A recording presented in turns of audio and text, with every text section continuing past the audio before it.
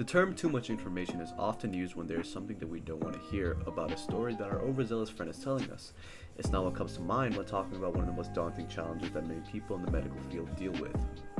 One of the things that seems to be rather overlooked when looking at healthcare from an outsider standpoint is data. There's simply too much of it that goes around, whether that's patient records, doctor profiles, or new publications on the latest life-saving operations or drugs. With all this information that just keeps getting added on and on and on, things get extremely difficult to track, especially when dealing with such a large volume of people.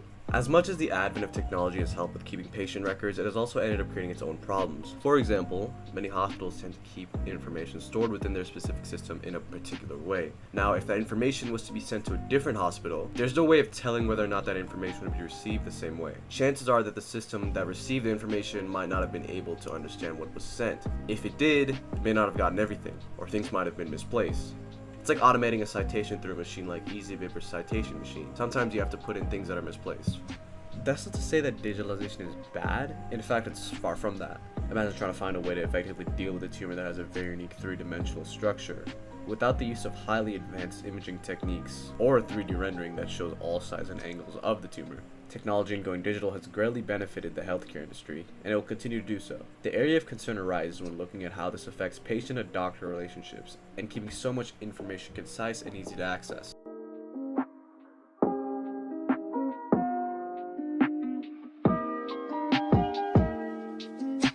The solution to this daunting information overload is something that's actually a lot simpler than people think. It's not hiring more people or having some new regulations that are put in place. The answer to this problem is actually AI healthcare solutions. Now would be a really good time to actually define what AI really is. According to IBM, artificial intelligence leverages computer and machines to mimic the problem-solving and decision-making capabilities of the human mind. So how would AI actually be able to help with the information overflow that's experienced? Take a look at this company Innovator. They have come up with what's called Health Cloud.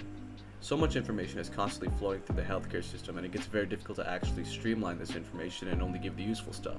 What this company offers is to essentially take all the disorganized data, learn from it, and form patterns and give the stuff that really matters. How? Through AI, of course. What's really great about this company is that they really understand that the healthcare industry is constantly changing, and they offer solutions for that. They have come up with what's called a developer's toolkit, which allows for the respective user to get specific solutions based on what they need. To put things simply, they basically give you an AI toolbox that helps you to figure out your solution based on what it's tailored to. Let's take a look at another company, Truveta. It's a company that collects healthcare data and then analyzes this information for further application, with one of its first ones being applied to COVID-19 vaccination breakthrough infections.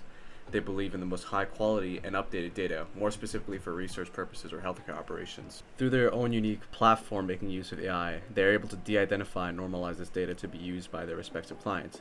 They also offer tools for their clients to use, or they can just use their platform to access their real-time data. And it's not just limited data. Through the use of their system, they're able to get extremely diverse data sets with it being used by AI and having it learn from it. It accelerates the process for healthcare workers to figure out what solutions work, saving the time that can be used elsewhere.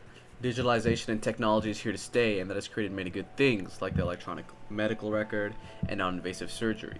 However, that also leads to problems that aren't talked about as much, like the disorganization of all this digital information.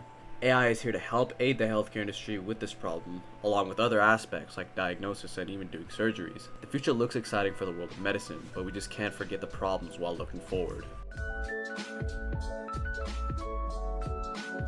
So now let's look at another problem that's also not really talked about, which is the doctor to patient relationship. As a kid, I would go to the doctor's office a lot due to being somewhat immunocompromised. Even today I still go, but after such a long time, I was only really able to notice something I didn't realize that I was there when I was a kid. The nurses and doctors were typically glued to their computers as they asked me or my parents about a lot of things, like how often I was taking my medication, how I was feeling after taking a certain drug I was prescribed, anything new popping up, things like that. Whenever these questions were asked to me though, I noticed that after I answered each question, there was a lot of typing away at the keyboard. I don't really mind because I know that it's part of their job to enter the information into the electronic health record that I have. But my question is, when did this become such a big part of their job? So according to Abraham Verghese, I really hope I pronounced that right, who is a Stanford University professor and an author, he coined this sort of term of the digital patient having a lot of care done to it, or seems to be having the most excellent care being provided to them, but in reality the actual patient care isn't really there, like physically. He coined this term the eye patient. So this sort of really big change due to digitalization,